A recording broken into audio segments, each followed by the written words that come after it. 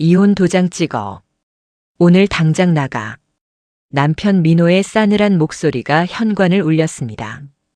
정희는 그 말을 듣는 순간 마치 심장이 얼어붙는 것 같았습니다. 30년. 30년을 함께 산 남편의 입에서 나온 말이라고는 믿을 수 없었습니다. 오빠, 이 사람 정말 느리네. 빨리 좀 치우라고. 옆에 서 있던 젊은 여자가 비웃으며 정희의 팔을 거칠게 밀쳐냈습니다. 정희는 비틀거리며 현관 신발장에 등을 부딪혔습니다. 아팠지만 몸의 고통보다 마음의 고통이 훨씬 더 컸습니다. 민호 씨, 우리가 30년을 함께 살았는데. 정희의 떨리는 목소리는 끝까지 이어지지 못했습니다. 민호는 고개조차 돌리지 않았습니다. 그저 서류 뭉치를 정희의 가슴팍에 던졌을 뿐입니다. 변호사 통해서 연락할 거야. 위자료 같은 건 기대하지 마. 당신이 뭘 했다고. 뭘 했냐고요? 정희는 속으로 되물었습니다.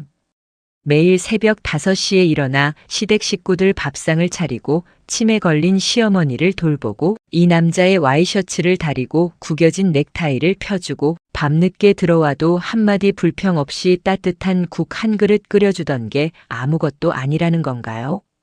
어머니, 며느리가 나갑니다. 그동안 모시지 못해서. 정희는 안방 문을 향해 절을 올렸습니다. 30년 동안 한 번도 불효한 적 없는 며느리였습니다. 그런데 안방에서 아무 대답이 없었습니다. 치매가 심해진 시어머니는 요즘 정희를 알아보지도 못했습니다. 그만 좀 해. 보기 역겹네. 불륜녀가 코웃음을 쳤습니다. 정희는 더 이상 버틸 수 없었습니다. 눈물을 삼키며 현관문을 향해 걸어갔습니다.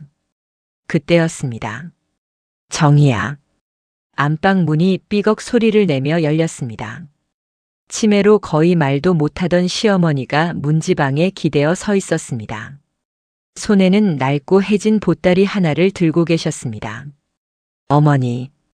정희가 달려가려는 순간 시어머니는 보따리를 정희의 발끝으로 굴렸습니다. 보따리는 바닥을 대굴대굴 굴러가 정희의 신발 앞에 멈췄습니다. 그거 마지막이야.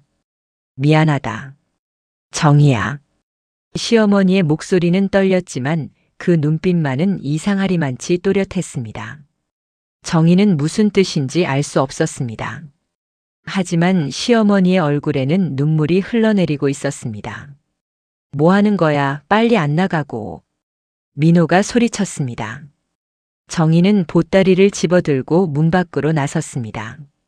쿵. 뒤에서 문이 닫히는 소리가 들렸습니다. 그렇게 정희의 30년 결혼 생활은 끝이 났습니다. 아파트 복도는 텅 비어 있었습니다. 형광등 불빛만이 차갑게 정희를 비추고 있었습니다. 정희는 그 자리에 주저앉아 목 놓아 울었습니다.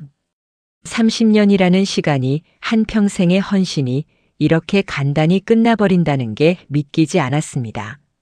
손에 든 보따리가 묵직했습니다. 정희는 떨리는 손으로 보따리를 열어보려다가 문득 무서워졌습니다. 이 안에 뭐가 들었을까? 시어머니는 왜 마지막이라고 했을까? 그리고 왜 미안하다고 했을까? 정희는 보따리를 가슴에 꼭 안고 천천히 일어났습니다. 엘리베이터를 타고 1층으로 내려갔습니다. 아파트 단지를 빠져나가는 정희의 뒷모습은 그 누구보다 외로워 보였습니다. 하지만 정희는 몰랐습니다. 이 작은 보따리가 앞으로 그녀의 삶을 완전히 뒤집어 놓을 것이라는 사실을요. 구독과 좋아요는 영상 제작에 큰 힘이 됩니다. 정희의 하루는 언제나 새벽 5시에 시작되었습니다. 알람이 울리기 전에 눈을 뜨는 게 습관이 되어버린 지 오래였습니다. 옆에서 자고 있는 남편 민호를 깨우지 않으려고 이불을 조심스럽게 걷어냈습니다. 슬리퍼를 신고 부엌으로 향했습니다. 부엌 창문 너머로 아직 어둠이 가시지 않은 하늘이 보였습니다. 겨울이라 더 춥고 어두웠습니다. 정희는 보일러를 틀고 쌀을 씻기 시작했습니다. 밥을 짓고 국을 끓이고 반찬을 데우고 김치를 꺼내고 30년째 반복해온 아침 풍경이었습니다. 며느리, 물 좀. 안방에서 시어머니의 목소리가 들렸습니다. 정희는 서둘러 따뜻한 물을 컵에 담아 안방으로 들어갔습니다. 어머니, 물 드세요. 시어머니는 78세였습니다. 5년 전부터 치매 증세가 시작되었습니다. 처음에는 가끔 깜빡하는 정도였는데 점점 심해져서 이제는 며느리인 정희조차 알아보지 못하는 날이 많았습니다. 당신 누구야? 어머니, 저예요. 정희요. 정희? 우리 집의 정희가 누구야? 정희는 씁쓸하게 웃었습니다. 30년을 한 집에서 살았는데 이제는 자신이 누군지도 모르는 시어머니였습니다. 하지만 정희는 화내지 않았습니다. 치매라는 병이 시어머니를 그렇게 만든 거니까요. 어머니, 아침 준비됐어요. 일어나실 수 있으세요? 정희는 시어머니를 부축해서 일으켰습니다. 세수를 시키고 옷을 갈아입히고 식탁까지 모셨습니다. 그 사이 민호가 일어나 화장실로 들어갔습니다. 밥 차려. 민호의 첫마디였습니다. 좋은 아침이라는 인사도 고맙다는 말도 없었습니다. 정희는 익숙하다는 듯 밥상을 차렸습니다. 오늘은 뭐하게? 장 보고 어머니 병원 모시고 가야죠. 병원? 또? 2주에 한 번은 가야 한다고 했잖아요. 민호는 대꾸 없이 밥을 먹었습니다. 정희는 그런 남편을 바라보다가 고개를 돌렸습니다. 언젠가부터 남편의 눈빛이 차가워졌습니다. 말수도 줄었고 집에 있는 시간도 짧아졌습니다. 결혼 초기만 해도 그렇지 않았습니다. 민호는 다정했고 정희에게 관심도 많았습니다. 하지만 아이가 없다는 사실이 밝혀진 뒤부터 조금씩 변하기 시작했습니다. 우리 며느리는 왜 아이를 안 낳아? 시어머니의 핀잔이 시작된 것도 그때부터였습니다. 정희는 병원을 다녔습니다. 검사 결과 정애 쪽에 문제가 있다는 진단이 나왔습니다. 정희는 그날 밤 민호에게 얼마나 사과했는지 모릅니다. 미안해. 내가 문제가 있어서. 민호는 괜찮다고 했습니다. 아이 없어도 우리 잘 살 수 있다고 했습니다. 하지만 그 말은 거짓이었습니다. 민호는 조금씩 정희에게서 멀어졌습니다. 그래도 정희는 포기하지 않았습니다. 아이를 낳지 못한 며느리로서 더 열심히 시댁을 섬겼습니다. 시어머니의 병수발도 정희의 몫이었습니다. 민호는 일 핑계로 병원에 함께 가지 않았습니다. 다녀올게요. 그래. 민호는 넥타이를 매며 대답했습니다. 정희는 남편의 뒷모습을 바라보다가 현관문이 닫히는 소리를 들었습니다. 그리고 한숨을 쉬었습니다. 30년. 정희는 이 30년이라는 시간을 어떻게 버텨왔을까 생각했습니다. 자신을 위한 시간은 단 한 번도 없었습니다. 새벽 5시에 일어나서 밤 11시에 잠들었습니다. 그 사이의 모든 시간은 시댁과 남편을 위한 것이었습니다. 친정 식구들은 가끔 전화로만 안부를 물었습니다. 정희야, 너 괜찮니? 목소리가 왜 그래? 응, 언니. 괜찮아. 그냥 좀 피곤해서. 시댁에서 너무 부려먹는 거 아냐? 아니야. 괜찮아. 정희는 언제나 괜찮다고 말했습니다. 친정에 걱정 끼치고 싶지 않았습니다. 그리고 사실 정혜 자신도 이게 정상이라고 믿으려 했습니다. 결혼하면 다 이렇게 사는 거라고, 며느리는 원래 이런 거라고 스스로를 세뇌했습니다. 어머니, 병원 갈 준비하세요. 정희는 시어머니를 부축해서 옷을 갈아입혔습니다. 외투를 입히고 신발을 신겼습니다. 시어머니는 순한 양처럼 정희가 시키는 대로 따랐습니다. 치매가 심해지면서 오히려 성격이 온순해졌습니다. 우리 어디가? 병원이요, 어머니. 선생님 만나러 가요. 아, 그래. 시어머니는 고개를 끄덕였지만 이해하지 못하는 표정이었습니다. 정희는 시어머니의 손을 잡고 집을 나섰습니다. 엘리베이터 안에서 시어머니가 갑자기 정희의 손을 꽉 잡았습니다. 고맙다. 정희야. 정희는 깜짝 놀랐습니다. 시어머니가 자신의 이름을 불렀기 때문입니다. 요즘 들어 정희를 알아보는 날이 거의 없었는데 오늘은 또렷하게 이름을 불렀습니다. 어머니, 저 알아보세요? 누구더라? 그러나 그것도 잠깐이었습니다. 시어머니는 다시 멍한 표정으로 돌아갔습니다. 정희는 가슴이 저렸습니다. 30년을 함께 살았는데 이제는 자신이 누군지조차 모르는 시어머니. 그래도 정희는 시어머니를 원망하지 않았습니다. 민호보다는 시어머니가 나았으니까요. 병원까지 가는 길은 멀었습니다. 버스를 2번 갈아타야 했습니다. 택시를 타면 편하겠지만 정희에게는 그럴 여유가 없었습니다.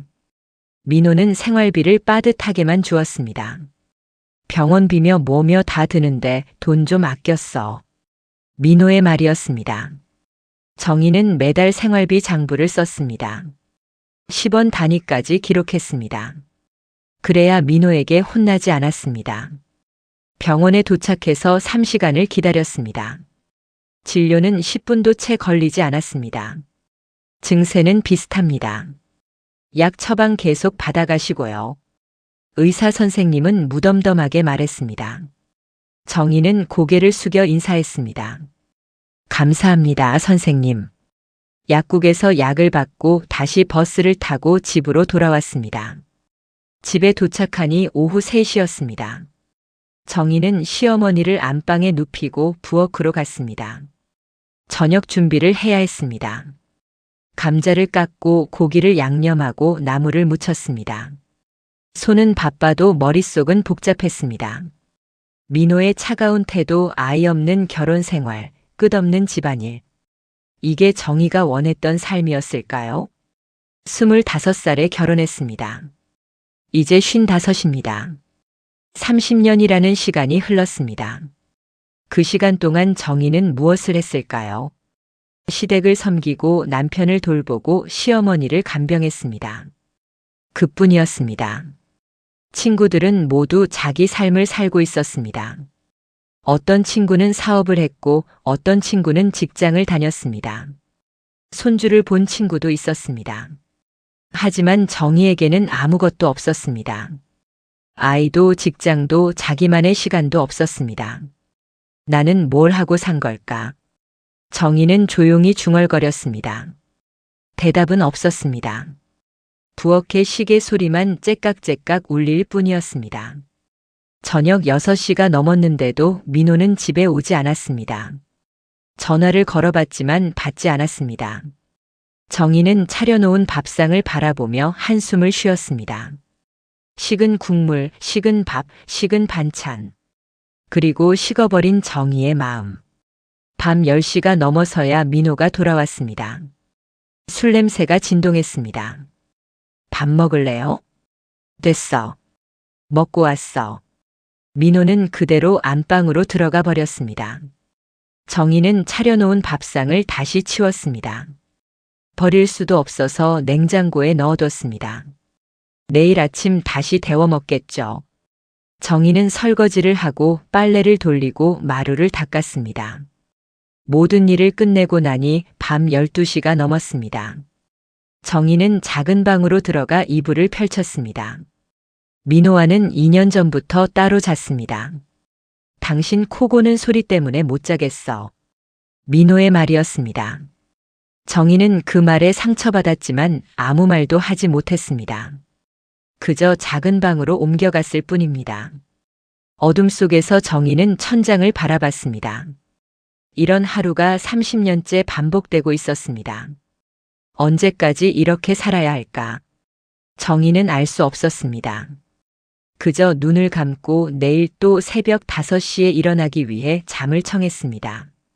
변화는 서서히 찾아왔습니다. 민호가 집에 오는 시간이 점점 늦어졌습니다. 처음에는 일주일에 1~2번 정도 늦게 들어왔습니다. 그러다 매일같이 밤 11시가 넘어서 들어오기 시작했습니다. 회사 일이 많아서. 민호는 늘 같은 대답을 했습니다. 정희는 믿으려 했습니다. 남편을 의심하고 싶지 않았습니다. 하지만 이상한 징조들이 하나둘 보이기 시작했습니다. 어느 날 정희는 민호의 셔츠에서 낯선 향수 냄새를 맡았습니다. 정희가 쓰는 향수가 아니었습니다. 달콤하고 진한 냄새였습니다. 이 냄새가 뭐예요? 정희가 조심스럽게 물었습니다. 뭔 냄새? 회사에서 누가 향수 뿌렸나 보지. 민호는 무심하게 대답하고는 샤워실로 들어가 버렸습니다. 정희는 그 셔츠를 들고 한참을 서 있었습니다. 가슴이 답답했습니다. 하지만 확신할 수 없었습니다. 며칠 뒤 정희는 민호의 휴대폰을 보게 되었습니다. 일부러 본 건 아니었습니다. 민호가 샤워하는 동안 휴대폰이 식탁 위에 놓여 있었고 그때 메시지 알림이 울렸습니다. 오빠, 오늘도 늦지 마. 보고 싶어. 화면에 떠오른 메시지였습니다. 발신자는 회사 김 과장이라고 저장되어 있었습니다. 하지만 그 내용은 과장이 보낼 만한 메시지가 아니었습니다. 정희의 손이 떨렸습니다. 휴대폰을 집어 들려다가 그만뒀습니다. 무서웠습니다. 진실을 알게 되는 게 두려웠습니다. 정희는 휴대폰을 다시 제자리에 놓고 부엌으로 돌아갔습니다. 그날 밤 정희는 잠을 이룰 수 없었습니다. 머릿속에서 그 메시지가 계속 맴돌았습니다. 오빠, 보고 싶어. 회사 과장이 그런 말을 할 리 없었습니다. 다음 날 아침 정희는 민호에게 물었습니다. 회사에 김 과장이라는 분 있어요? 민호는 커피를 마시다가 잠깐 멈칫했습니다. 김 과장? 응, 있지. 왜? 어제 그분한테서 연락 온 것 같던데. 아, 업무 관련 얘기였어. 신경 쓸 거 없어. 민호는 태연하게 대답했습니다. 하지만 정희는 느낄 수 있었습니다. 민호의 목소리에 살짝 긴장이 섞여 있다는 것을요. 그 뒤로 정희는 신경이 날카로워졌습니다. 민호의 행동 하나하나가 눈에 들어왔습니다. 출근할 때 평소보다 옷을 신경 써서 입는다든지, 퇴근 후에 샤워를 먼저 한다든지, 휴대폰을 항상 가지고 다닌다든지. 모든 게 의심스러웠습니다. 그러던 어느 날 밤이었습니다. 민호가 샤워하는 동안 정희는 거실 소파에 놓인 민호의 가방을 보았습니다. 평소 같으면 절대 가방을 열어보지 않았을 정희였습니다. 하지만 이날은 달랐습니다. 뭔가에 홀린 듯 정희는 가방의 지퍼를 열었습니다. 안에서 영수증 한 장이 나왔습니다. 호텔 영수증이었습니다.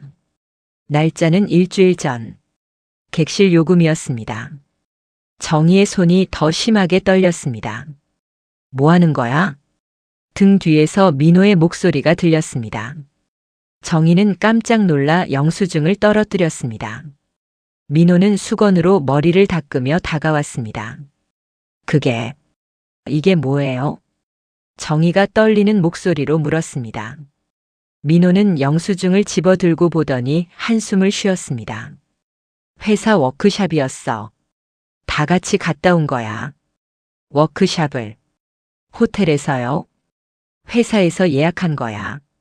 내가 결정한 게 아니라고. 민호의 대답은 자연스러웠습니다. 하지만 정희는 믿을 수 없었습니다. 민호는 워크샵 간다는 말을 한 적이 없었습니다. 그럼 왜 말 안 했어요? 말했어. 당신이 안 들었나 보지. 아니에요. 저한테 한 번도. 됐어. 이제 남편 가방까지 뒤지는 거야? 민호의 목소리에 짜증이 섞였습니다. 정희는 더 이상 말을 잇지 못했습니다. 민호는 영수증을 구겨서 쓰레기통에 던지고는 안방으로 들어가 버렸습니다. 정희는 그 자리에 멍하니 서 있었습니다. 가슴이 무너지는 것 같았습니다. 민호가 거짓말을 하고 있다는 걸 직감적으로 알 수 있었습니다. 하지만 증거가 없었습니다. 그리고 설령 증거가 있다 해도 정희는 어떻게 해야 할지 몰랐습니다. 이틀 뒤 정희는 민호의 휴대폰 비밀번호를 알아냈습니다. 민호가 누르는 손가락 모양을 보고 유추한 것이었습니다. 민호가 출근한 뒤 정희는 혼자 집에서 휴대폰을 켰습니다. 메시지함을 열었습니다. 회사 김 과장과의 대화가 가득했습니다. 오빤 언제 집에서 나올 거야? 조금만 기다려. 곧 정리될 거야. 나 못 기다려. 보고 싶은데. 나도. 오늘 저녁에 보자. 정희는 더 이상 볼 수 없었습니다. 휴대폰을 떨어뜨릴 뻔했습니다. 눈물이 주르르 흘러내렸습니다. 30년을 함께 산 남편이었습니다. 그 남편이 다른 여자와 이런 대화를 나누고 있었습니다. 정희는 주저앉아 울었습니다. 얼마나 울었을까요? 정신을 차려보니 시어머니가 방문을 열고 나와 계셨습니다. 왜 울어? 누가 울어? 시어머니는 치매로 정희를 알아보지 못했지만 누군가 우는 소리는 들을 수 있었나 봅니다. 정희는 황급히 눈물을 닦았습니다. 괜찮아요, 어머니. 제가 좀 피곤해서 그래요. 힘들지. 많이 힘들지. 시어머니의 목소리가 떨렸습니다. 그리고는 다시 방으로 들어가셨습니다. 정희는 혼자 남았습니다. 이 집에서, 이 세상에서 완전히 혼자라는 느낌이 들었습니다. 그날 저녁 민호는 여전히 늦게 들어왔습니다. 정희는 아무 말도 하지 않았습니다. 무슨 말을 해야 할지 몰랐습니다. 남편을 붙잡아야 할까요? 따져 물어야 할까요? 하지만 정희에게는 그럴 용기가 없었습니다. 며칠이 지났습니다. 정희는 마음속으로 갈등했습니다. 친정 언니에게 전화할까도 생각했지만 창피했습니다. 30년을 버텼는데 이제 와서 남편이 바람핀다고 말하는 게 부끄러웠습니다. 시어머니의 치매는 더 심해졌습니다. 이제는 밥을 먹었는지도 기억하지 못했습니다. 1시간 전에 먹었는데도 배고프다고 했습니다. 정희는 시어머니를 돌보느라 더 바빠졌습니다. 그러던 어느 날 밤 민호가 이상한 말을 꺼냈습니다. 요양원 알아볼까? 네. 요양원이요? 어머니 말이야. 치매가 심해졌잖아. 전문가한테 맡기는 게 낫지 않을까? 정희는 깜짝 놀랐습니다. 민호는 한 번도 시어머니를 요양원에 보내자는 말을 한 적이 없었습니다. 오히려 집에서 모셔야 한다고 강하게 주장했던 사람이었습니다. 그건 어머니가 싫어하실 텐데요. 어머니는 치매라 무슨 상관이야. 그냥 우리가 결정하면 돼. 민호의 말투가 차갑게 느껴졌습니다. 정희는 무언가 이상하다는 느낌을 받았습니다.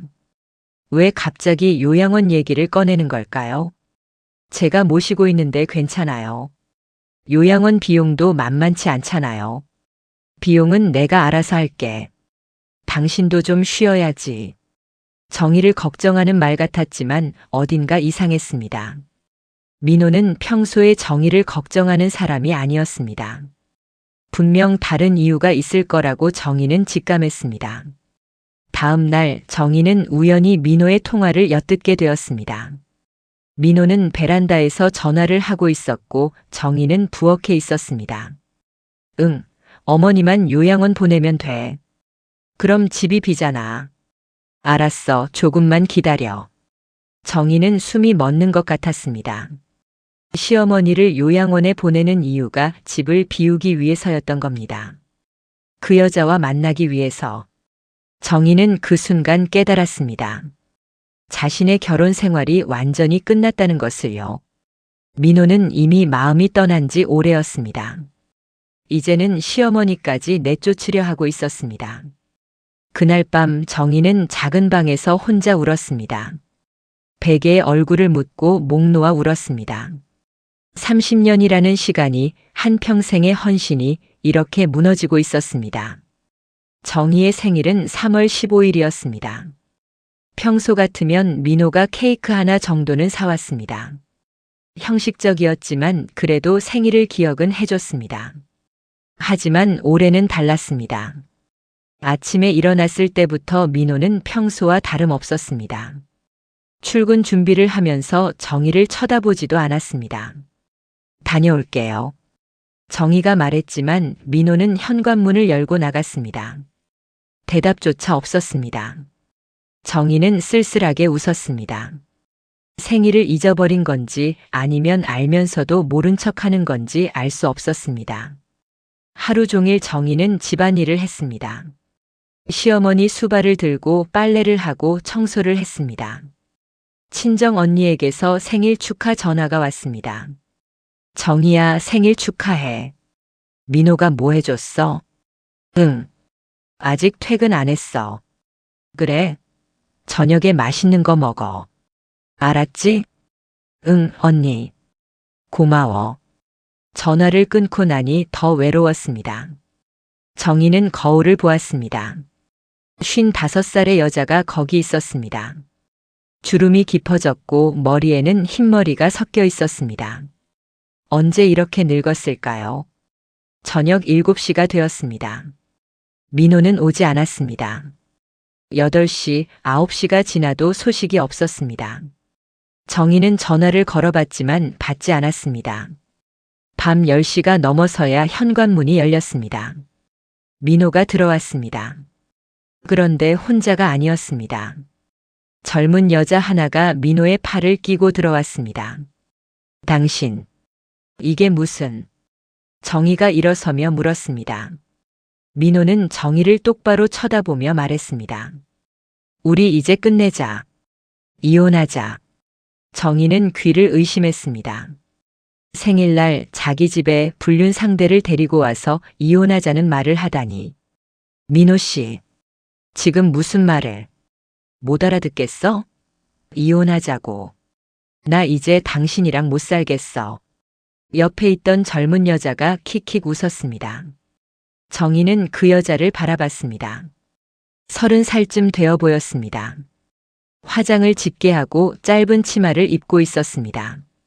오빠, 이 사람이 와이프예요? 생각보다 늙었네. 여자가 무례하게 말했습니다. 정희는 분노가 치밀어 올랐습니다. 30년을 함께 산 남편이 자기보다 25살은 어려 보이는 여자와 바람을 피웠다는 사실이 믿기지 않았습니다. 당신 미쳤어요? 지금 제 생일날 이러는 거예요? 정희가 소리쳤습니다. 하지만 민호는 코웃음을 쳤습니다. 생일? 그게 뭐가 중요해? 어차피 당신은 이 집에서 나가야 해. 뭐라고요? 이혼 서류 변호사한테 받아놨어. 내일 도장 찍고 나가. 위자료 같은 건 기대하지 마. 당신이 뭘 했다고. 정희는 다리에 힘이 풀렸습니다. 이게 꿈인가 싶었습니다. 하지만 현실이었습니다. 민호는 진심이었습니다. 나가라고요? 이 집이 제 집인데요. 30년을 여기서 살았는데요. 이 집은 내 명이야. 법적으로 당신 거 아니야. 민호의 말이 칼처럼 날카로웠습니다. 정희는 그제야 깨달았습니다. 집도 재산도 모든 게 민호 명이었다는 사실을요.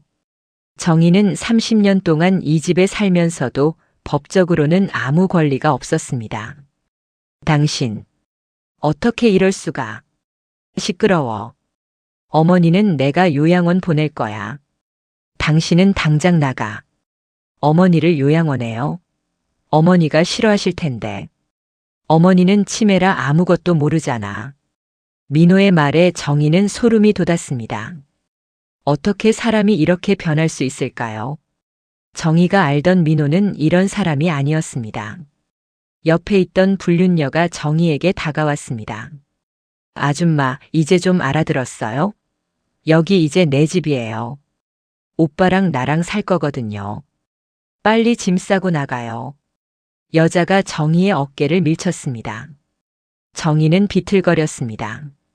그 순간 안방 문이 열렸습니다. 시어머니가 문지방에 서 계셨습니다. 평소와 다르게 눈빛이 또렷했습니다. 어머니.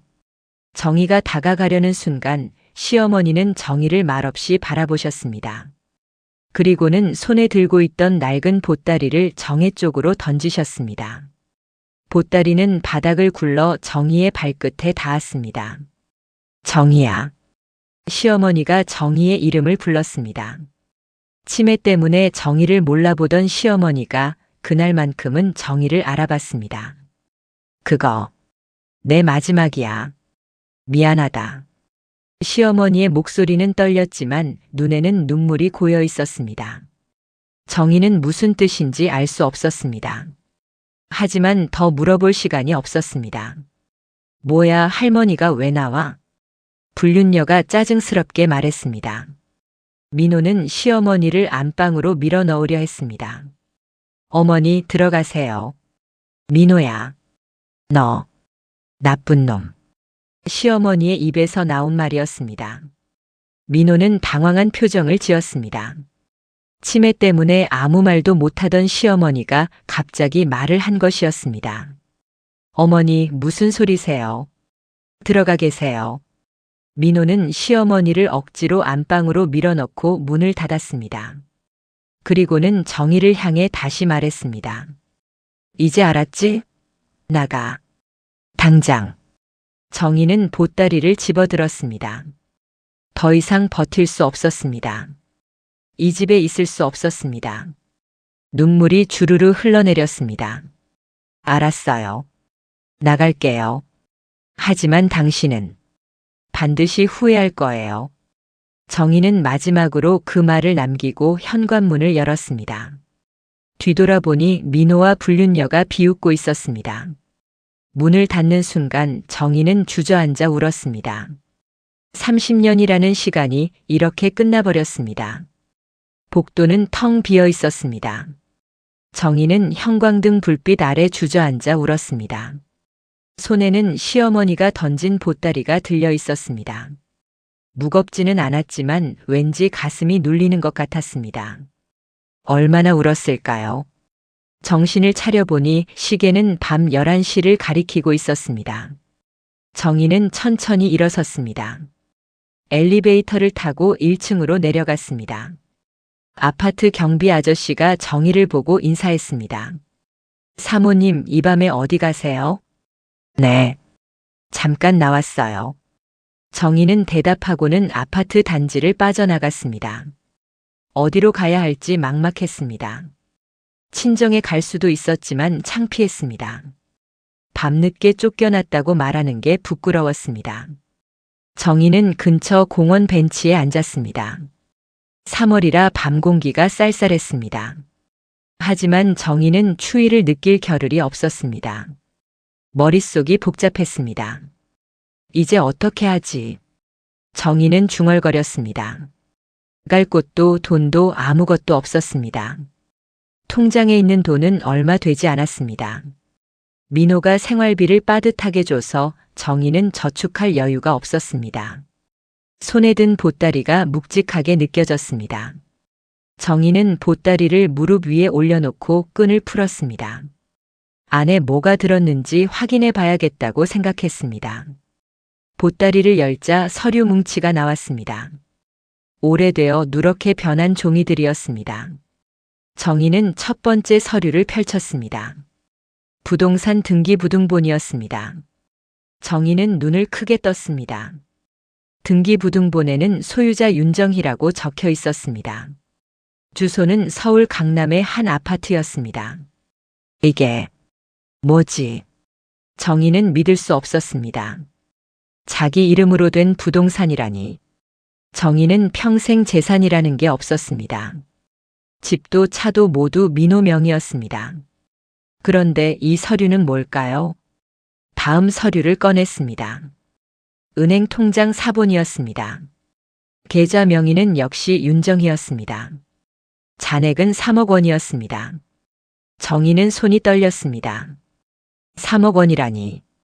정희는 평생 그런 큰 돈을 본 적이 없었습니다. 이게 대체. 마지막으로 편지 한 장이 나왔습니다. 시어머니의 필체였습니다. 정희는 떨리는 손으로 편지를 펼쳤습니다.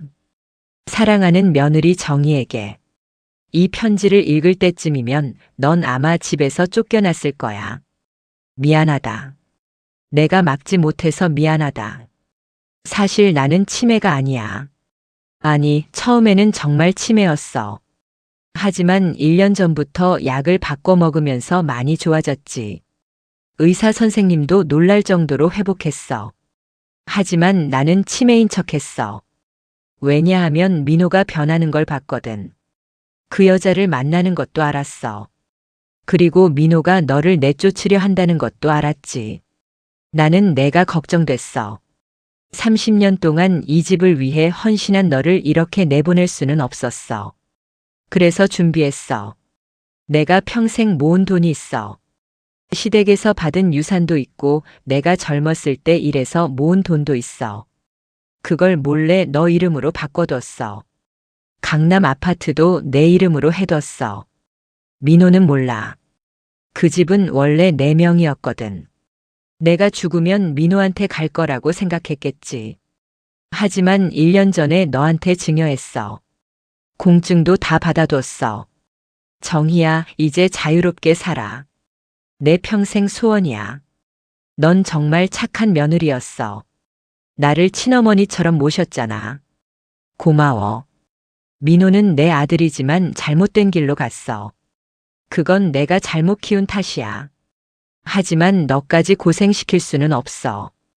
이 보따리가 내 마지막 희망이 되길 바란다. 미안하다, 정희야. 그리고 고마워. 사랑하는 시어머니가. 정희는 편지를 읽으며 눈물을 흘렸습니다. 시어머니는 치매가 아니었습니다.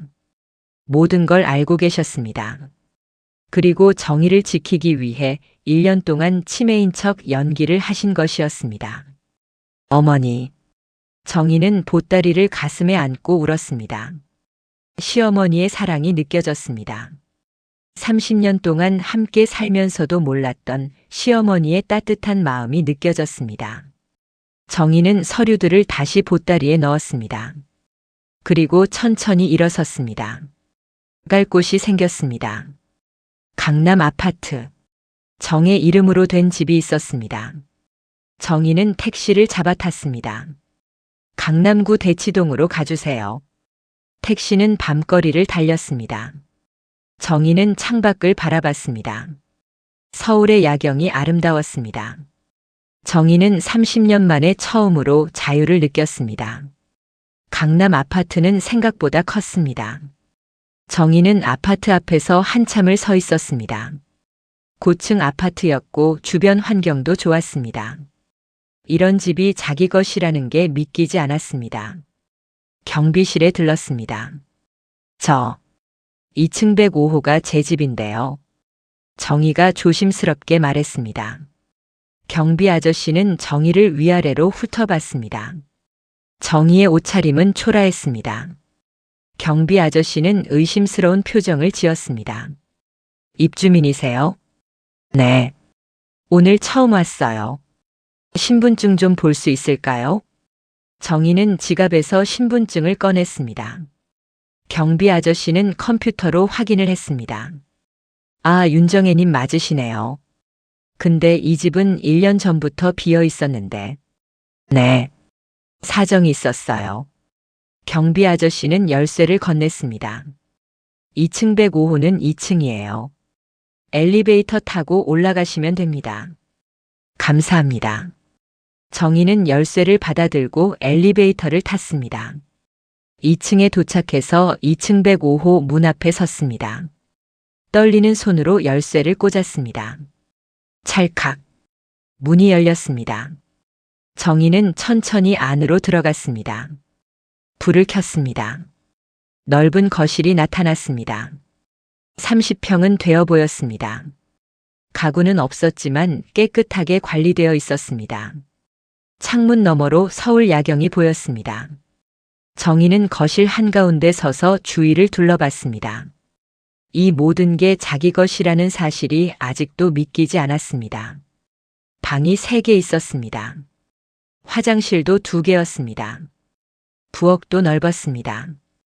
정희가 살던 민호의 집보다 훨씬 좋았습니다. 정희는 안방으로 들어갔습니다. 빈 방이었지만 따뜻하게 느껴졌습니다. 창문을 열자 밤바람이 들어왔습니다. 정말 내 집이구나.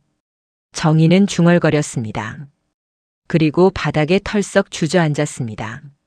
눈물이 또 흘러나왔습니다. 하지만 이번에는 슬픔의 눈물이 아니었습니다.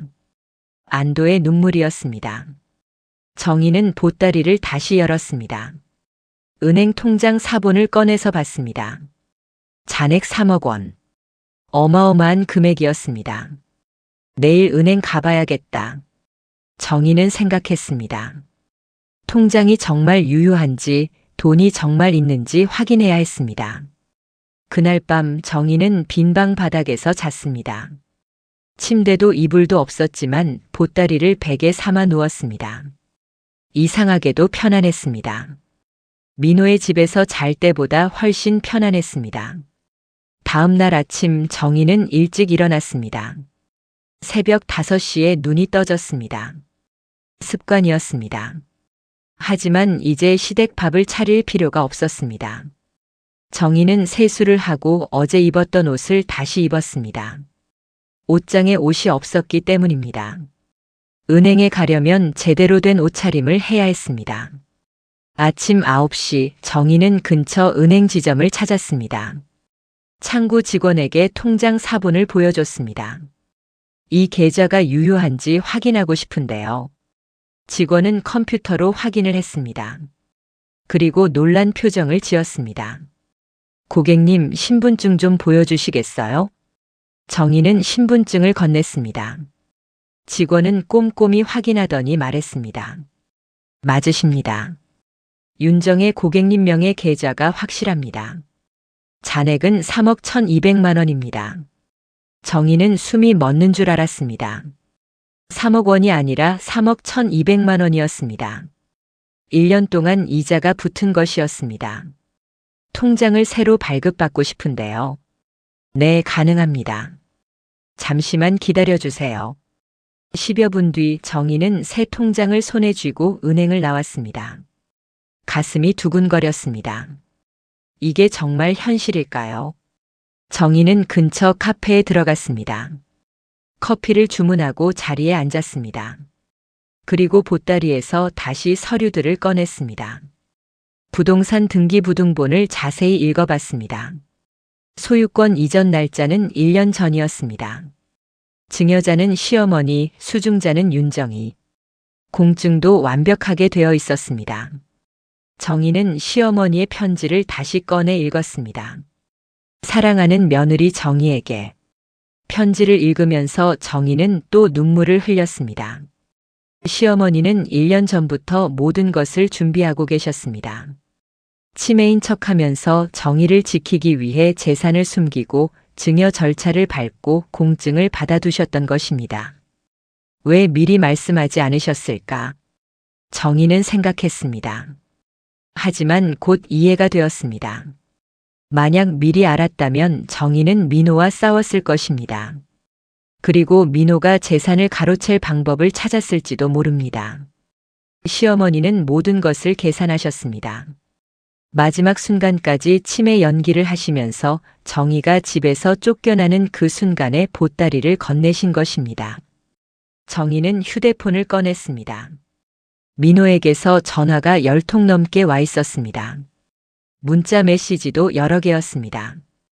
당장 집으로 와. 어머니 일 때문에 얘기할 게 있어. 전화 좀 받아. 어디 있는 거야? 연락 안 하면 경찰 신고한다. 정희는 씁쓸하게 웃었습니다.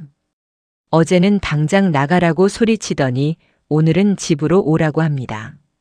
아마도 시어머니의 재산 때문일 것입니다. 정희는 전화를 걸지 않았습니다. 대신 변호사 사무실을 검색했습니다. 이제 법적으로 대응해야 했습니다. 오후 2시 정희는 법무법인 사무실에 있었습니다. 중년의 여자 변호사가 정희를 맞이했습니다. 어떻게 오셨어요?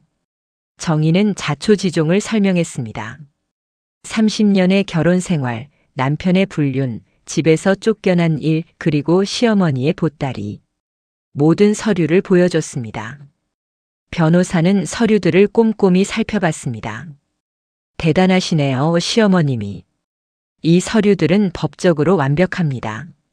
증여 절차도 제대로 되어 있고 공증도 받아두셨네요. 그럼 남편이 이의를 제기할 수 없나요? 불가능합니다. 이미 1년 전에 소유권이 넘어갔고 공증까지 받았으니까요. 남편분이 뭐라고 해도 소용없습니다. 정희는 안도의 한숨을 쉬었습니다. 그리고 이혼 절차에 대해서도 상담하고 싶으신 것 같은데. 네. 남편이 이혼하자고 했어요. 남편분의 불륜 증거가 있으신가요? 정희는 민호의 휴대폰에서 본 메시지들을 떠올렸습니다. 그리고 호텔 영수증도 있었습니다. 증거를 모을 수 있을 것 같아요. 그럼 유책 배우자는 남편분이 되는 겁니다. 위자료 청구가 가능해요. 그리고 30년간의 혼인 기여도를 인정받을 수 있습니다. 변호사의 설명을 듣는 동안 정희는 조금씩 힘이 났습니다. 자신이 완전히 무력한 존재가 아니라는 사실을 깨달았습니다. 제가 도와드리겠습니다. 걱정하지 마세요. 변호사가 따뜻하게 말했습니다.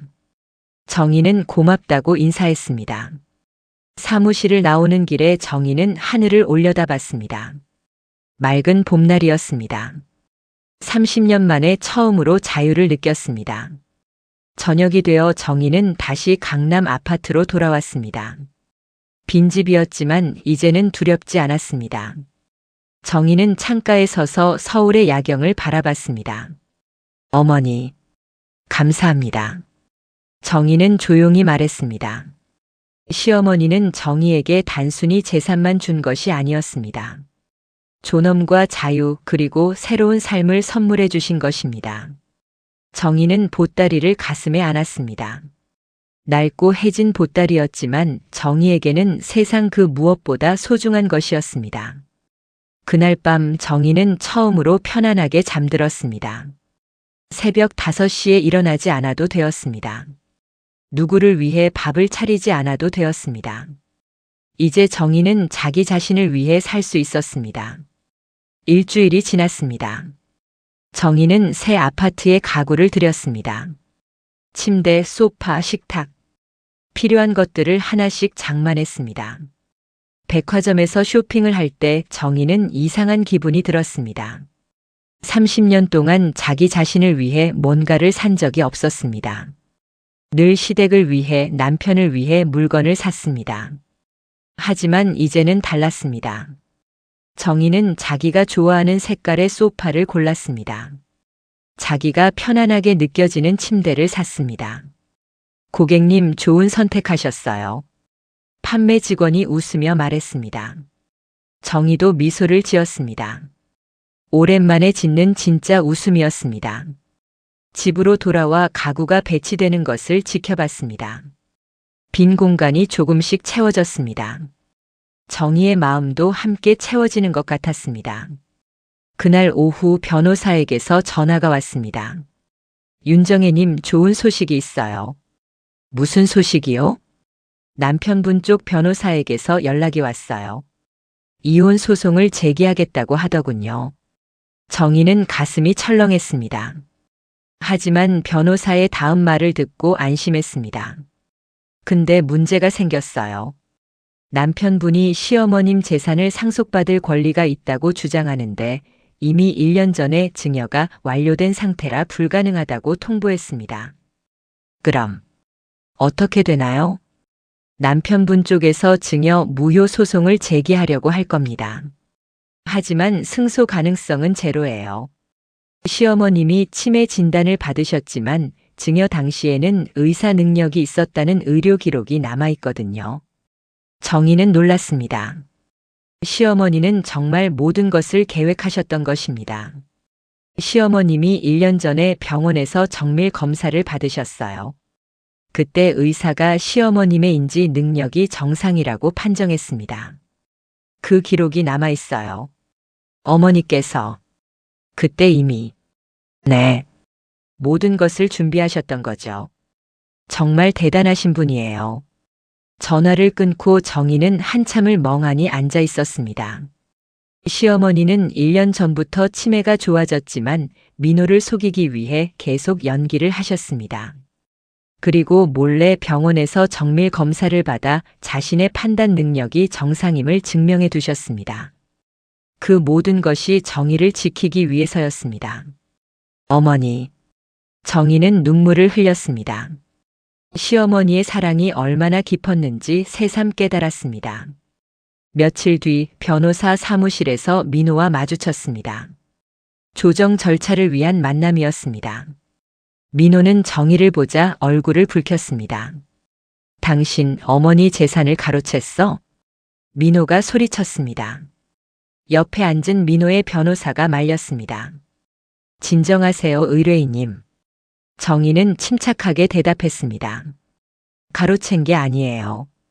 어머니께서 1년 전에 제게 증여하신 겁니다. 말도 안 돼. 어머니는 치매였어. 증여 당시 어머니는 의사 능력이 있으셨어요. 병원 기록이 있습니다. 민호의 변호사가 서류를 검토하더니 난처한 표정을 지었습니다. 의뢰인님, 이건 법적으로 문제가 없는 증여입니다. 무효 소송을 제기해도 승소하기 어려울 것 같습니다. 뭐라고? 그럼 내가 아무것도 못 받는다는 거야? 민호가 책상을 쳤습니다. 정희는 그런 민호를 조용히 바라봤습니다. 예전 같았으면 겁을 먹었을 것입니다. 하지만 이제는 달랐습니다. 민호 씨, 30년 동안 저는 이 집안을 위해 헌신했어요. 아무 데 가도 바라지 않았죠. 하지만 어머니는 저를 지켜주고 싶으셨나 봐요. 당신이 뭘 했다고. 밥이나 하고 청소나 하고 그게 뭐가 대단해? 민호의 말에 정희는 쓴웃음을 지었습니다. 그래요. 저는 대단한 일을 한 게 아니죠. 하지만 그 당연한 일들이 얼마나 힘든지 당신은 모를 거예요. 옆에서 정희의 변호사가 서류를 꺼냈습니다. 그리고 민호 씨 이혼 소송건에 대해서도 말씀드릴 게 있습니다. 저희 측에서 확보한 증거에 따르면 민호 씨는 지난 1년간 혼외 관계를 지속해왔습니다. 변호사는 사진들을 테이블 위에 펼쳤습니다. 민호와 그 여자가 함께 찍은 사진들이었습니다. 호텔에 들어가는 사진, 식당에서 데이트하는 사진. 민호의 얼굴이 새하얗게 질렸습니다. 이건 어떻게? 사설 탐정을 고용했습니다. 불륜 증거는 충분합니다. 따라서 유책 배우자는 민호 씨가 되며 위자료 청구가 가능합니다. 민호의 변호사도 난처한 표정이었습니다. 의뢰인님, 이건 불리합니다. 합의를 권고드립니다. 하지만 민호는 받아들이지 않았습니다. 절대 안 돼. 내가 왜 위자료를 내야 해? 그럼 재판으로 가시겠습니까? 재판으로 가면 더 불리해질 겁니다. 정희의 변호사가 차갑게 말했습니다. 결국 그날 조정은 결렬되었습니다. 민호는 화를 내며 사무실을 나갔습니다. 정희는 그런 민호의 뒷모습을 조용히 바라봤습니다. 잘하셨어요. 흔들리지 마세요. 변호사가 정희의 어깨를 토닥였습니다. 정희는 고개를 끄덕였습니다. 며칠 뒤 정희는 민호가 살던 아파트를 찾아갔습니다. 시어머니를 뵙기 위해서였습니다. 초인종을 눌렀지만 아무도 나오지 않았습니다. 이상하다고 생각하며 경비실에 들렀습니다. 저기요, 3층 603호에 사시는 분들 계세요? 아, 거기요? 며칠 전에 할머니 분이 요양원으로 가셨어요. 정희는 가슴이 철렁했습니다. 요양원이요? 어디 요양원인지 아세요? 잘 모르겠는데. 아들 분이 모시고 가셨어요. 정희는 황급히 민호에게 전화를 걸었습니다. 하지만 민호는 전화를 받지 않았습니다. 문자를 보냈습니다. 어머니 어디 계세요? 요양원이 어딘가요? 한참 뒤에 답장이 왔습니다. 당신이 알 필요 없어. 어머니는 내가 알아서 모신다. 정희는 분노가 치밀었습니다. 민호는 시어머니를 인질처럼 이용하려는 것이었습니다. 정희는 다시 변호사에게 연락했습니다. 시어머니를 찾아야 해요. 민호가 어디 숨긴 것 같아요. 알겠습니다. 제가 알아보겠습니다. 변호사는 며칠 동안 조사를 했습니다. 그리고 마침내 시어머니가 계신 요양원을 찾아냈습니다. 정희는 곧장 요양원으로 달려갔습니다. 경기도 외곽의 작은 요양원이었습니다. 시설은 낡았고 냄새도 좋지 않았습니다. 여기 윤씨 성을 가진 할머니 계세요? 직원에게 물었습니다. 아, 며칠 전에 오신 분 말씀이시죠? 2층에 계세요. 정희는 2층으로 올라갔습니다. 복도를 지나 방을 찾았습니다. 문을 열자 시어머니가 침대에 누워 계셨습니다. 어머니. 정희가 다가가자 시어머니가 천천히 눈을 떴습니다. 정희야. 시어머니의 목소리는 약했지만 정희를 알아보셨습니다. 어머니, 왜 여기 계세요? 민호가 어머니를 이런 곳에. 괜찮아. 나는 괜찮아. 시어머니가 정희의 손을 잡았습니다. 정희야. 너 잘 살고 있니? 네, 어머니. 어머니 덕분에 잘 살고 있어요. 정희는 눈물을 흘렸습니다. 다행이다. 내가 널 지켜줘서. 어머니, 제가 모시고 갈게요. 이런 곳에 계시면 안 돼요. 하지만 시어머니는 고개를 저었습니다. 안 돼. 민호가 가만 안 둘 거야. 괜찮아요. 제가 법적으로 대응할게요. 정희는 다시 변호사와 상담했습니다. 그리고 시어머니의 후견인 지정 신청을 했습니다. 민호가 시어머니를 제대로 돌보지 않는다는 증거를 제출했습니다. 법원은 정희의 손을 들어줬습니다. 시어머니의 후견인으로 정희가 지정되었습니다. 민호는 항의했지만 소용없었습니다. 정희는 시어머니를 좋은 요양병원으로 옮겼습니다. 강남에 있는 깨끗하고 시설 좋은 곳이었습니다. 어머니, 여기서 편히 계세요.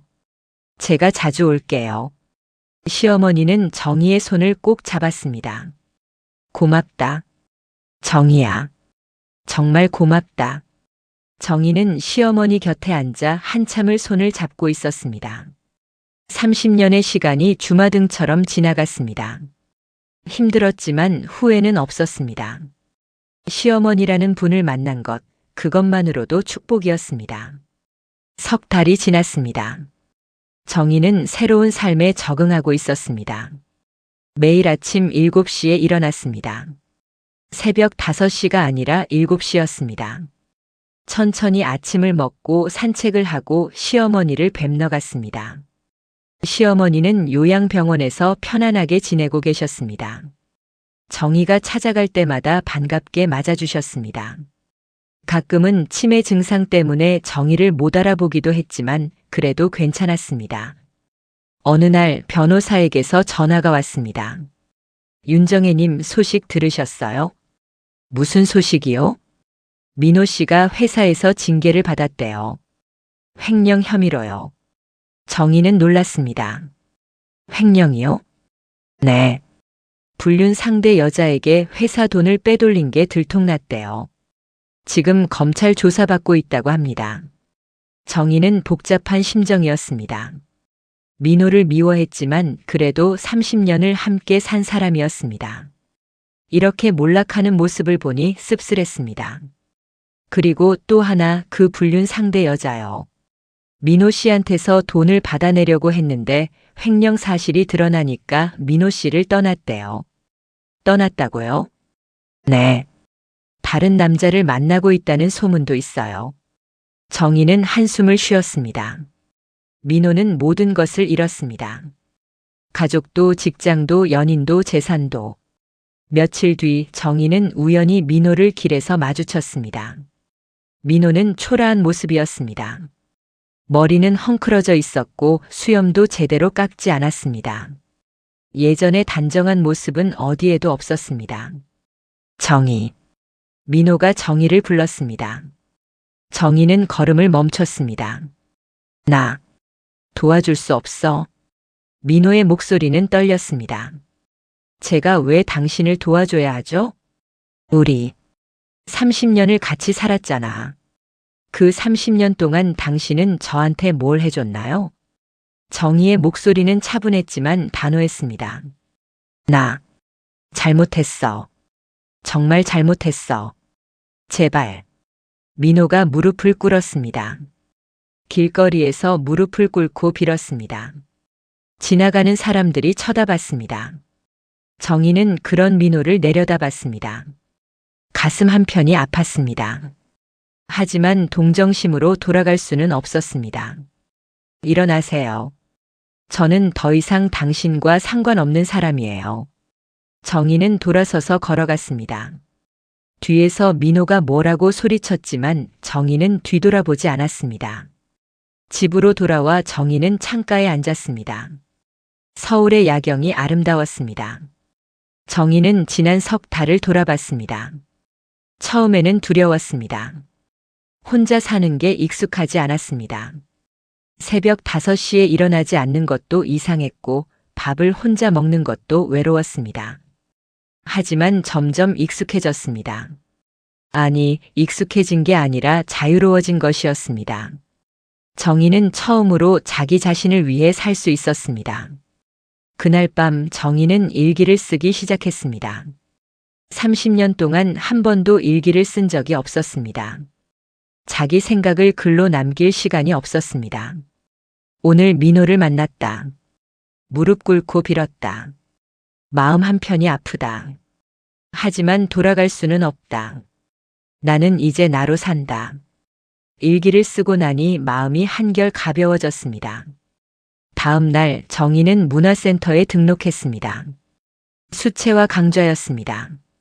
어릴 때부터 그림 그리는 것을 좋아했지만 결혼하고 나서는 한 번도 붓을 잡아본 적이 없었습니다. 처음이세요? 강사 선생님이 물었습니다. 네. 50년 만에 붓을 잡아봅니다. 괜찮아요. 천천히 하시면 돼요. 정희는 종이 앞에 앉아 붓을 들었습니다. 손이 떨렸습니다. 무엇을 그려야 할지 막막했습니다. 그때 머릿속에 시어머니의 얼굴이 떠올랐습니다. 정희는 조심스럽게 붓을 움직였습니다. 시어머니의 주름진 얼굴, 따뜻한 눈빛, 정희를 바라보던 그 표정. 2시간 동안 집중해서 그렸습니다. 완성된 그림은 서툴렀지만 정희에게는 소중했습니다. 잘 그리셨네요. 처음이라고 하셨죠? 재능이 있으신 것 같아요. 강사 선생님이 칭찬했습니다. 정희는 수줍게 웃었습니다. 수업이 끝나고 정희는 그림을 들고 요양병원으로 갔습니다. 어머니, 제가 그렸어요. 시어머니는 그림을 보시더니 미소를 지으셨습니다. 예쁘다. 누구야? 어머니세요. 나? 그래. 나구나. 시어머니는 치매 때문에 자신인지 몰라보셨지만 그래도 예쁘다고 말씀하셨습니다. 정희는 그림을 시어머니 병실 벽에 걸어드렸습니다. 집으로 돌아오는 길에 정희는 마트에 들렀습니다. 장을 보면서 정희는 깨달았습니다. 예전에는 늘 다른 사람들을 위해 장을 봤습니다. 시어머니가 좋아하는 것, 민호가 먹고 싶어 하는 것. 하지만 이제는 정의 자신이 먹고 싶은 것을 샀습니다. 사과를 고르면서 정희는 웃었습니다. 이렇게 작은 것이 이렇게 행복할 수 있다니. 집에 와서 저녁을 만들었습니다. 정희 혼자 먹을 저녁이었지만 정성스럽게 만들었습니다. 된장찌개, 나물무침, 생선구이. 상을 차리고 앉았습니다. 잘 먹겠습니다. 정희는 혼자 말했습니다. 그리고 천천히 식사를 했습니다. 급하게 먹을 필요가 없었습니다. 누가 빨리 먹으라고 재촉하지 않았습니다. 식사를 마치고 설거지를 했습니다. 그리고 소파에 앉아 책을 읽었습니다. 오랜만에 읽는 소설이었습니다. 밤 10시가 되었습니다. 예전 같으면 아직 집안일을 하고 있을 시간이었습니다. 하지만 이제는 할 일이 없었습니다.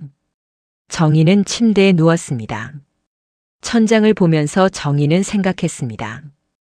이게 정말 내 삶일까? 이렇게 자유로워도 되는 걸까?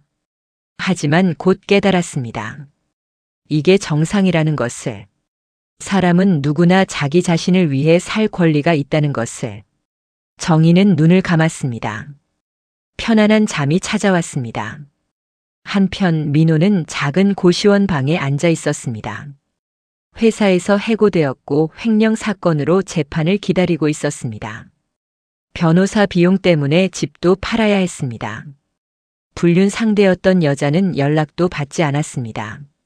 민호가 찾아가자 다른 남자와 함께 있는 모습을 봤습니다. 오빠, 이제 나한테 연락하지 마. 나 바빠. 여자는 차갑게 말했습니다. 민호는 모든 것을 잃었습니다. 고시원 방에 혼자 앉아 민호는 후회했습니다. 정희를 내쫓지 말았어야 했습니다. 어머니를 함부로 대하지 말았어야 했습니다. 불륜을 저지르지 말았어야 했습니다. 하지만 이제 와서 후회해도 소용없었습니다. 모든 것은 돌이킬 수 없었습니다. 민호는 창밖을 바라봤습니다. 어둠만이 가득했습니다. 1년이 지났습니다. 정희는 강남 아파트에서 안정된 삶을 살고 있었습니다. 아침에는 산책을 하고 오전에는 문화센터에서 그림을 그렸습니다. 오후에는 시어머니를 뵙거나 독서를 했습니다. 정희는 문화센터에서 친구들을 사귀었습니다. 비슷한 나이의 여자들이었습니다. 그들도 각자의 사연이 있었습니다. 이혼한 사람도 있었고 남편과 사별한 사람도 있었습니다. 정혜 씨, 오늘 그림 정말 잘 그리셨어요. 한 친구가 말했습니다. 고마워요. 많이 연습했어요. 저희 다음 주에 미술관 가는데 같이 가실래요? 좋아요. 같이 가요. 정희는 웃었습니다.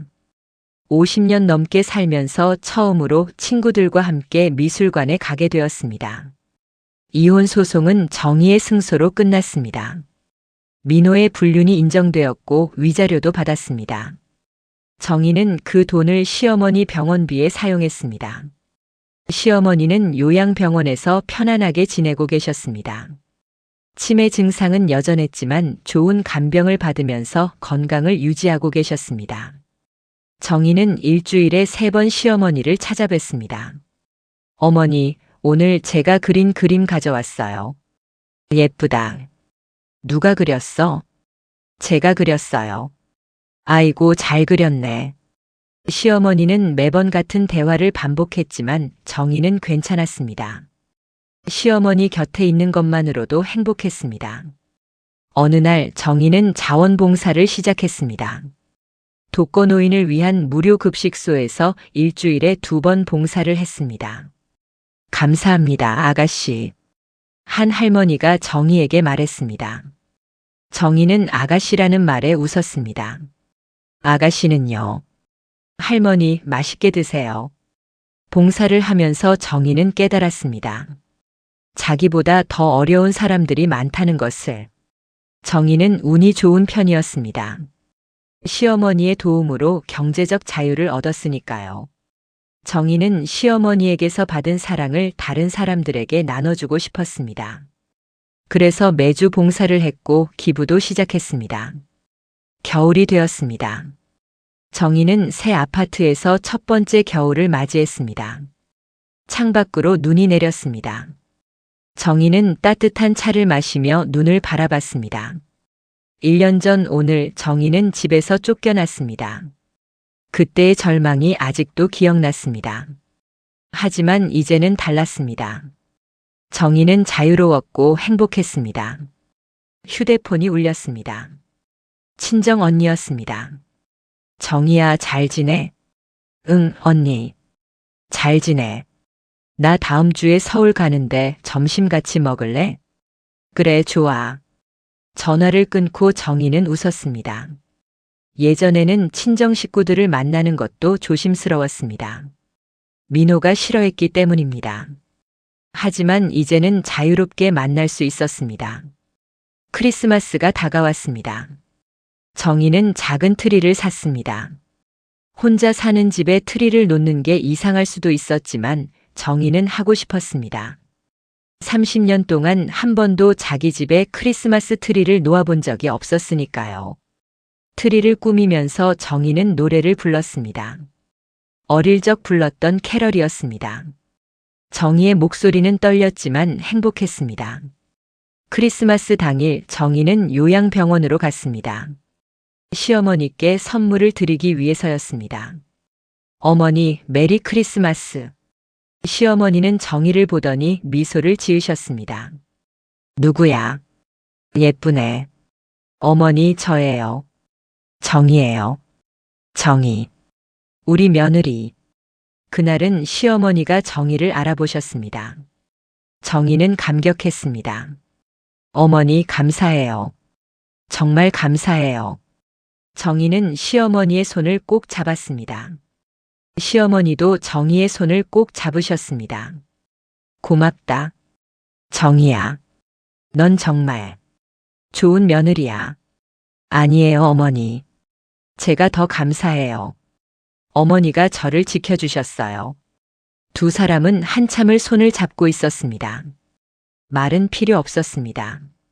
서로의 마음이 통했습니다. 집으로 돌아오는 길에 정희는 하늘을 올려다봤습니다. 별이 많이 떠 있었습니다. 정희는 별을 보며 소원을 빌었습니다. 시어머니가 건강하시게 해주세요. 그리고 저도 계속 이렇게 행복하게 해주세요. 새해가 밝았습니다. 정희는 새해 첫날 일기를 썼습니다. 새해 첫날. 1년 전 오늘 나는 절망 속에 있었다. 하지만 지금은 행복하다. 시어머니의 사랑 덕분이다.